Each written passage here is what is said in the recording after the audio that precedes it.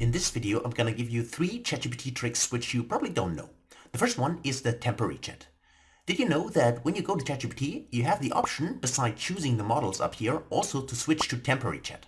The difference is the following. You can click this option and you see exactly what it means. It means that this chat is not stored in history, so you won't find it in the left side navigation anymore later on if you want to search for it. So this is completely private. And if you want to have a conversation, which you also don't want to use anytime later on, then you could choose this one here, completely private.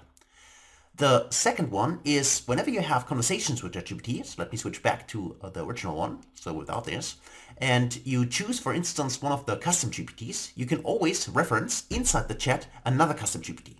So if I use the base model here, or also already a custom GPT, doesn't matter, I can just use for a specific GPT, which I have stored, and this is, for instance, this deep game, so I can select this one here, and then even though I'm currently in ChatGPT 4, the next question is answered by deep game, so you can reference custom GPTs inside your chat. The third thing, which most people don't know, is the memory of ChatGPT.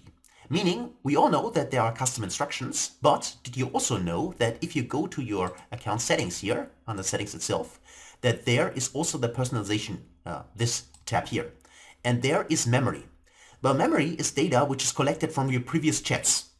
And this means if you go there, you can do this under manage, that sometimes there's a lot of data stored, which is then feed into ChatGPT, which you don't want to have.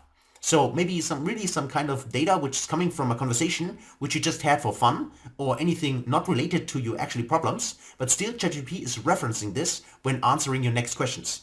And if you don't want this or want to adjust this, go to manage here and then remove everything you don't need. So that's it for this video. Hopefully you enjoyed it. If so, give this video a like, also share it, and please subscribe to the channel. Thanks a lot, take care, and see you in the next video.